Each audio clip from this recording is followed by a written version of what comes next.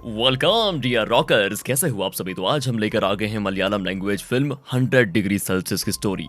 तो कहानी की शुरुआत में हम चार अलग अलग महिलाओं को देखते हैं जिनकी अपनी अपनी अलग अलग स्टोरी है। रेवती एक रिपोर्टर जो कि अपने काम से काफी खुश है। अपने ऑफिस के अर्जुन नाम के आदमी से उसको प्यार हो जाता है और वो उसके साथ लिव इन रिलेशनशिप में रहने लग जाती है। पर कुछ महीनों के बाद ना दोस्तों, प्यार चला जाता है तेल लेने के लिए और अर्जुन रेवती पे हाथ वगैरह उठाना शुरू कर देता है और जल्दी फिर इनका ब्रेकअप। वहीं नीला को दिखाते हैं जो कि एक आईटी एम्प्लॉय है जिसकी अपनी लवर से शादी हो चुकी है। पर क्या है ना, शादी के बाद जैसे रोमांस कहीं हवाओं में उड़ गया, छूमंतर, और उसके हस्बैंड का एक्स्ट्रा मैरिटल अफेयर भी शुरू हो गया। फिर हम यहाँ से भावना नाम की लेडी को देखते हैं जो कि अपने लवर से शादी करने के बाद अपने धर्म को छोड़कर क्रिश्चियन बन चुकी है और अब उसका नाम भावना नहीं बल्कि नैन्सी है। उसका पति जोसेफ शादी के बाद काम करने के लिए यूएसए चला जाता है और नैन्सी को यहाँ अपनी मॉम के साथ छोड़ गया है। इसके बाद टीवी सीरियल्स में जो सास बहू का ड्रामा चलता है ना दोस्तों, वही ड्रामा नैन्सी की लाइफ में चलना शुरू हो जाता है और अब हालात इतने खराब हो जाते हैं कि जोसेफ नैन्सी से डिवोर्स लेने की कोशिश कर रहा है और ये सब कुछ जोसेफ की माँ के कान भरने का नतीजा है। वहीं इन चारों से अलग गंगा नाम के कॉलेज स्टूडेंट की लाइफ बहुत ही मस्त चल रही होती है। वो अपनी कॉलेज के दिनों में खूब एंजॉय करती है। अब हम देखते हैं कि रेवती, नीला, नैन्सी और गंगा चारों वक्त और हालात से मजबूर होकर शेयर्ड अपार्टमेंट में रहने आ जाते हैं। यानी ये चारों अब रूममेट्स हैं और ये अपनी लाइफ में हुए अपने बुरे पलों को भूलकर आगे बढ़ने की कोशिश कर रहे हैं। वहीं गंगा का भी कोई बॉयफ्रेंड है जिससे वो अपने डब्बे वाले फोन से कॉल पे बातें करती है, मगर इस बात का वो खास ख्याल रखती है कि ये बात उसके रूममेट्स को पता ना चले। पर दोस्तों, एक रात जब वो छिपकर अपने बॉयफ्रेंड से बातें कर रही होती है ना, तो उसकी रूममेट्स ये सारी चीजें नोटिस कर लेती हैं। फिर क्या था, अगले दिन तीनों मिलकर अपनी स्टोरी गंगा को सुनाते हैं और समझाते हैं कि देखो, लड़के किसी भी लड़की से सच्चा प्यार नहीं कर सकते, बहुत ही रेयर होता है। वो तो बस प्यार का नाटक करते हैं ताकि उनकी वो हवस मिट सके। एक बार उनका मन भर गया, फिर अगर तुम मर भी जाओगी ना तो भी उन्हें कोई फर्क नहीं पड़ेगा। सारे लड़के नहीं लेकिन मोस्टली ऐसे होते हैं और ये प्यार वार सब उनकी चाल होती है लड़कियों को अपने कंट्रोल में करने की। इस तरह दोस्तों ये तीनों मिलकर गंगा को काफी समझाते हैं और उसका फोन नंबर भी चेंज करवा देते हैं ताकि गंगा उस लड़के से ना तो बात करे और ना ही मिलना जुलना करे, क्योंकि ये प्यार का दलदल बहुत ही खराब होता है लड़कियों के लिए। अब एक दिन की बात है दोस्तों,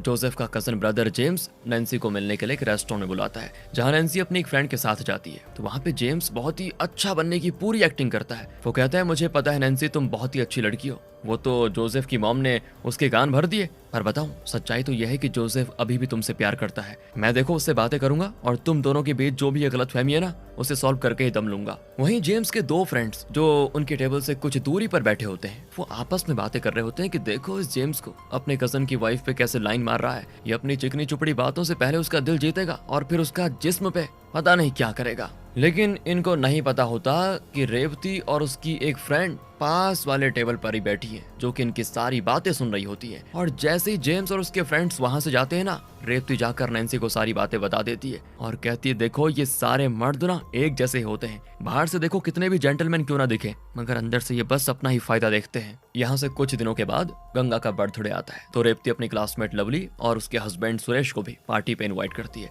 दरअसल सुरेश दुबई में सेटल्ड है पर छुट्टियां बिताने के लिए यहाँ पर आया हुआ है, तो रेवती ने उसको भी गंगा के बर्थडे में इन्वाइट कर दिया। तो दोस्तों ये लोग दिन भर पार्टी की तैयारी करते हैं और रात में केक कटिंग करने के बाद मस्त डिनर वगैरह करके सोने चले जाते हैं। यहाँ लवली और उसके हस्बैंड सुरेश को ये एक रूम देते हैं क्योंकि वो तो मैरिड कपल है ना और उन दोनों के बीच कुछ ज्यादा ही प्यार है। आज दिन भर में इन चारों ने इस बात को बहुत ही अच्छे से नोटिस कर लिया था कि सुरेश बहुत ही रोमांटिक है, कि लवली कितनी किस्मत वाली है ना कि उसको सुरेश जैसा एक अच्छा पति मिला, वरना हमारी ऐसी किस्मत कहाँ कि हमें एक रोमांटिक प्लस लॉयल लड़का मिल जाए। फिर ये चारों अपने दिल पे पत्थर रखकर सो जाते हैं। उधर दूसरे रूम में सुरेश और लवली का रोमांस चल रहा होता है, पर अचानक सुरेश तड़पने लगता है दोस्तों और कुछ ही देर के बाद बिल्कुल शांत हो जाता है। ये देखकर लवली की हालत खराब और रेवती के रूम का दरवाजा पीटकर उसको जगाती है। वो दरवाजा पीटने से फिर चारों की नींद खुल जाती है और तब लवली कहती है, देखो ना उसको अचानक क्या हो गया है। तो जब ये लोग उस रूम में आकर देखते हैं तो भाई इनकी हालत खराब। नीला सुरेश की बॉडी चेक करती है और देखती है कि सुरेश ने तो सांस लेना ही बंद कर दिया है, पता नहीं कैसे पर उसकी मौत हो गई है। ये जानने के बाद सभी के पैरों तले जमीन खिसक जाती है कि ये क्या हो गया। सोचते हैं पहले पुलिस को इन्फॉर्म करें या सुरेश के घर वालों को, तो तब रेवती कहती है, रुको रुको, इसमें कुछ भी नहीं कर सकते। दरअसल बात यह है कि ये आदमी तो लवली का पति है ही नहीं, उसका नाम तो जॉन है जो अभी भी दुबई में है। दोस्तों बात ये थी कि लवली और सुरेश कॉलेज टाइम में ही रिलेशनशिप में थे, पर इनका फिर ब्रेकअप हो गया किसी वजह से और अभी कुछ महीने पहले वो दोबारा मिले। हालांकि दोनों अब शादीशुदा हैं, मगर फिर भी ये खुद पे कंट्रोल नहीं कर पाए और इन्होंने अपने पुराने रिश्ते को फिर से कंटिन्यू करने का फैसला किया। ये जानकर तो नीला रेवती को एक झापड़ मारती है और कहती है, तुमने लवली को इस घिनौने काम में साथ क्यों दिया फिर ये लोग सोचते हैं कि अब हम करें तो करें क्या। ऊपर से लवली डर के मारे बेहोश हो जाती है। वहीं रेवती कहती रुको, मेरे पास एक आदमी का नंबर है जो कि क्राइम वगैरह में इन्वॉल्व रहता है, कहो तो उसे कॉल करके मदद मांगू। पर नीला कहती है कोई जरूरत नहीं है, इस बारे में और जितने लोगों को पता चलेगा हमारे लिए मुसीबत और बढ़ेगी। फिर काफी सोचने समझने के बाद ये लोग फैसला करते हैं कि लाश को हमें ही ठिकाने लगाना होगा। तो इसके लिए सबसे पहले बिल्डिंग के नीचे जाकर देखती है तो इनको पता चलता है कि वॉचमैन तो घोड़े बेचकर सो रहा है,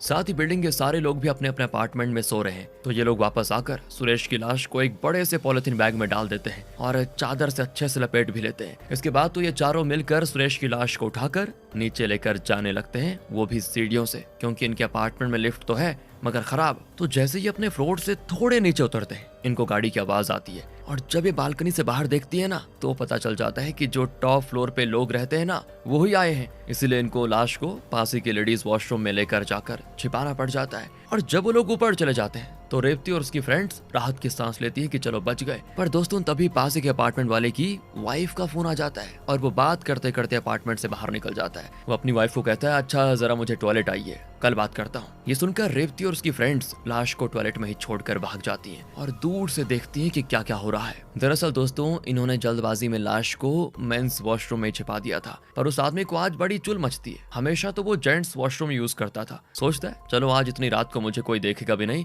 एक बार जरा लेडीज वॉशरूम यूज कर लेता हूँ, देखता हूँ इनके वॉशरूम में ऐसा क्या खास होता है। तो उस आदमी को लेडीज वॉशरूम में जाते देखकर रेवती और उसकी फ्रेंड्स की जान में जान आती है कि चलो इस बार भी बच गए। फिर जैसे ही वो आदमी वॉशरूम यूज करके अपने अपार्टमेंट में चला जाता है तो ये लोग फिर से जेंट्स वॉशरूम में जाती हैं और फैसला करती हैं कि रेवती तुम उस क्रिमिनल को ही फोन कर लो जो लाश को ठिकाने लगा सकता है। और तब रेवती सूरा को कॉल करके सारी बातें बताती है। वो कहता है कि रेवती मैडम आपको मेरे रेट तो पता ही है, आप बस उसका ध्यान रख लो, बाकी मैं खुद संभालूंगा। और मेरा नाम सूरा है, मेरा नाम ही गारंटी है कि हमारे डील के बारे में किसी को कानो कान खबर नहीं लगेगी। अब आधे घंटे के अंदर ही सूरा आ जाता है उस जेंट्स वॉशरूम में और कहता है डरने की कोई बात नहीं है, मैं सब संभाल लूंगा। इसके बाद सूरा लाश को अपने कंधे पे उठाकर वहां से निकल जाता है। अगली सुबह नीला लवली को खूब झाड़ती है, तुम्हें मुंह ही काला करना था तो कोई होटल रूम बुक कर नहीं सकती थी क्या? हमारे गर्दन पे तलवार लटकाने की क्या जरूरत थी? तुम्हारी वजह से अगर हम फंसे ना तो देखना तुम्हारे सारे राज बाहर आ जाएंगे। दोस्तों इस इंसिडेंट के बाद नीला, गंगा और नैन्सी तीनों रेवती से भी मुंह फुला देती हैं, क्योंकि रेवती को लवली और सुरेश के रिश्ते की सच्चाई पता होने के बाद भी उसने उनको गंगा के बर्थडे पे इनवाइट किया, जिसके बाद से वो इतनी बड़ी मुसीबत में फंस गए।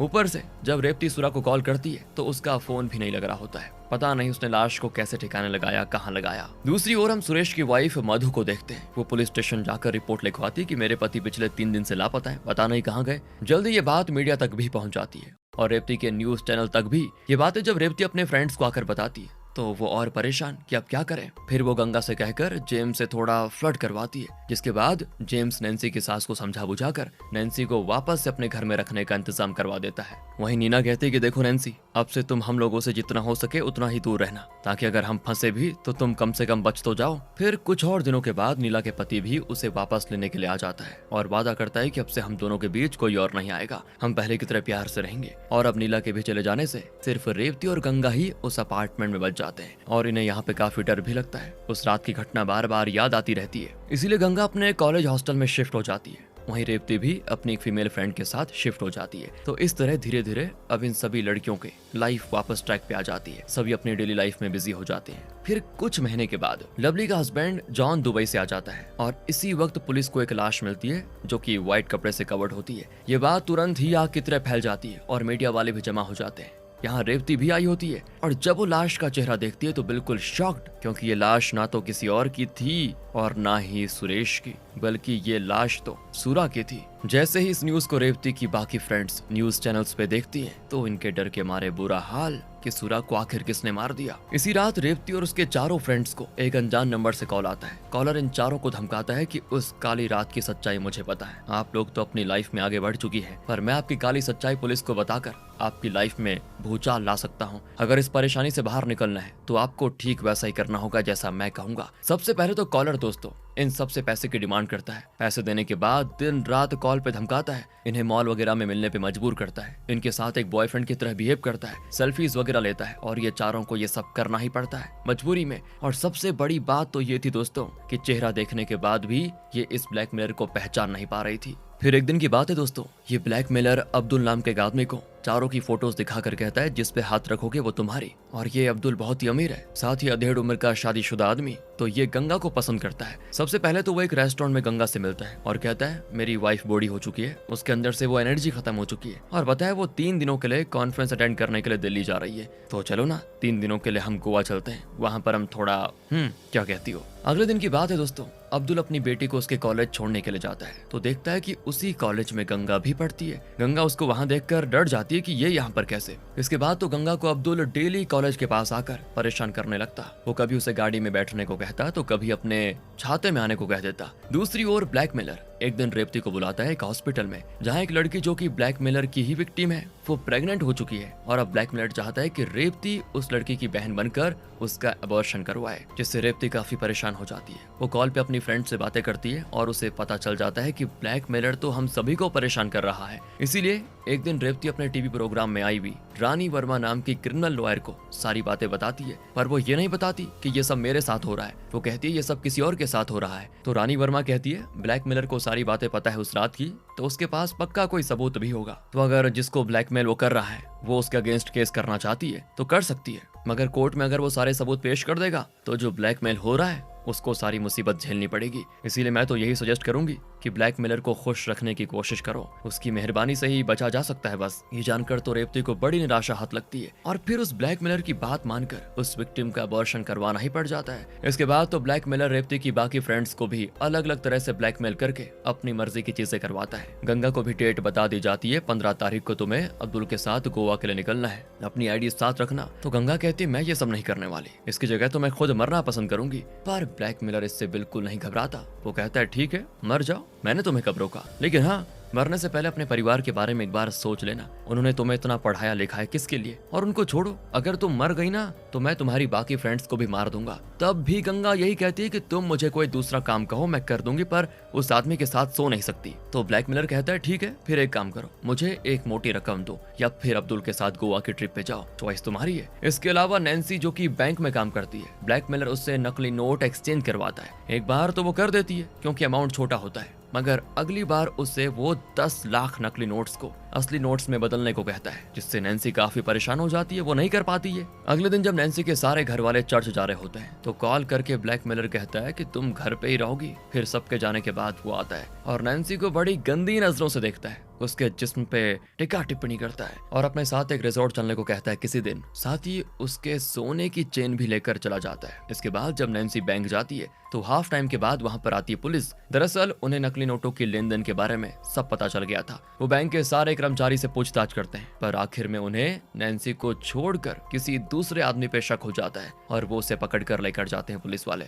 वहीं दूसरी ओर ब्लैकमेलर ने रेवती को 2 लड़कियों से दोस्ती करवाई होती है और उन्हें होटल के रूम में मिलने बुलाया होता है। वहीं पे वो वेटर बनकर पहुंच जाता है और जूस सर्व करता है। रेवती तो वो जूस नहीं पीती, पर वो 2 लड़कियां वो जूस पीकर हो जाती हैं बेहोश, जिसके बाद रेवती को वो कमरे से बाहर निकालकर खुद उन लड़कियों के कपड़े वगैरह उतार कर उनके साथ अश्लील हरकत करता है और कुछ फोटोज भी क्लिक कर लेता है ताकि बाद में उनको ब्लैकमेल कर सके। साथ ही ब्लैकमेलर लवली को भी नहीं छोड़ता, उसे भी पार्किंग एरिया में बुलाकर उसके साथ बदतमीजी कर रहा होता है, पैसे वगैरह ले रहा होता है। और अब उसकी ब्लैकमेलिंग से दोस्तों ये सभी लेडीज हो जाती हैं परेशान, उनसे अब और ये सब झेला नहीं जाता। इसीलिए ये आपस में कॉल करके अपनी सारी परेशानियां एक दूसरे को शेयर करती हैं और अगले दिन एक जगह पे मिलने का प्लान बनाती हैं। मगर मीटिंग से 10 मिनट पहले गंगा का एक्सीडेंट हो जाता है, जिसकी वजह से इनको हॉस्पिटल जाना पड़ता है गंगा को देखने। पर वहां जाने के बाद पता चलता है कि खेल तो कुछ और ही है, गंगा का कोई एक्सीडेंट हुआ ही नहीं, बल्कि उसने अपना किडनी डोनेट किया है। दरअसल दोस्तों ब्लैकमेलर जो उसे अब्दुल के साथ गोवा जाने के लिए कह रहा था ना,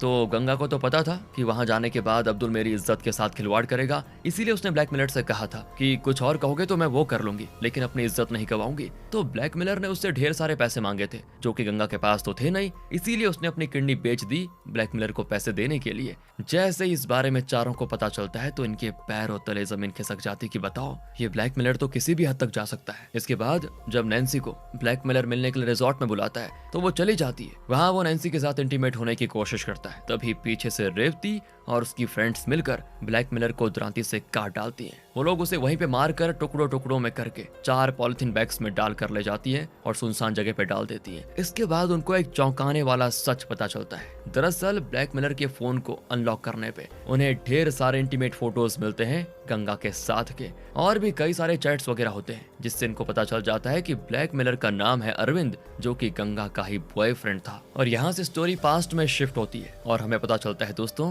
कि जब गंगा की रूममेट्स ने उसे फोन पे छिपकर अपने बॉयफ्रेंड से बात करते हुए पकड़ लिया था, तो उन्होंने मर्द जात की हकीकत गंगा को समझाई थी और उसे अपने बॉयफ्रेंड से ब्रेकअप करने पे मजबूर कर दिया था। लेकिन अरविंद इतनी आसानी से उसका पीछा नहीं छोड़ने वाला था। गंगा के बर्थडे वाले दिन वो आधी रात को गंगा को सरप्राइज देने के लिए अपार्टमेंट में गया था, मगर वहां उसको जो दिखा उससे अरविंद खुद ही शॉक्ड हो गया। उसने लवली और सुरेश को रोमांस करते हुए देखा खिड़की के बाहर छिपकर, जिससे उसको मजा आने लग गया और उसने क्लाइमेक्स तक रुकने का फैसला किया। पर क्लाइमेक्स तक पहुंचने से पहले सुरेश को दौरा आ गया और वो वहीं पे भगवान को प्यारा हो गया। जिसके बाद इन लेडीज ने सुरेश की लाश को ठिकाने लगाने के लिए जो किया वो सब अरविंद ने अपनी आंखों से देखा। जिसके बाद उसने गंगा और उसकी फ्रेंड से बदला लेने का फैसला किया और उन्हें ब्लैकमेल किया, पैसे वगैरह लिए, गंगा के जिस्म का सौदा किया। साथ ही वो गंगा की फ्रेंड से फेस टू फेस मिला, मगर गंगा से फोन पे ही आवाज बदल कर बात कर रहा था। इसके बाद सीन होता है प्रेजेंट में शिफ्ट। पुलिस को पता चल जाता है कि सुरा की मौत के बाद रेवती नाम की एक जर्नलिस्ट ने उसे हजारों बार कॉल करने की कोशिश की है। तो भला रेवती और सुरा का क्या कनेक्शन हो सकता है? पर पुलिस कुछ और तहकीकात करती है, जिससे उन्हें पता चल जाता है कि लोकल पार्टी के गुंडों ने सुरा की जान ली थी और लोकल पार्टी पुलिस को पैसे खिलाकर सुरा के केस को क्लोज कर देते हैं। कुछ दिनों के बाद सुरा का एक साथी पुलिस के पास आता है और कहता है कि साहब मुझे कुछ याद आया, सुरा ने मरने से पहले पानी की टंकी के ऊपर एक लाश छिपाई थी, कहीं उसी की वजह से तो सुरा की जान नहीं गई। मगर ऑफिसर जो कि घूस खाकर बैठे हुए थे वो कहते हैं कि सुरा का केस क्लोज हो चुका है, अभी सब कुछ ठीक चल रहा है तो चलने दो। टंकी के ऊपर वाली लाश किसकी है, इसके पीछे पड़ने से हमारे लिए मुसीबत बन सकती है, इसलिए अपने काम से काम रखो। तो दोस्तों पुलिस ने पैसे खाकर अपना मुंह बंद कर लिया था। मगर सुरा की मौत से ही सुरेश की मौत की कड़ी जुड़ी हुई है और सुरेश की वाइफ आज भी पुलिस स्टेशन आकर अपने पति को खोजने की गुहार लगाती है, मगर पुलिस वाले उसे इग्नोर कर देते हैं। वहीं रेवती और उसकी फ्रेंड्स फैसला करती हैं कि हम गंगा को कभी नहीं बताएंगे कि इतने दिनों तक हमें तुम्हारा ही बॉयफ्रेंड ब्लैकमेल कर रहा था। इसी के साथ दोस्तों ये मूवी यहाँ पे खत्म होती है। बाकी आप अपनी टिप्पणियां कमेंट्स में बता दीजिए। मिलते हैं आपसे अगली वीडियो में। अच्छी लगी हो तो लाइक करें, चैनल को सब्सक्राइब, ध्यान रखिए अपना। Thanks for watching.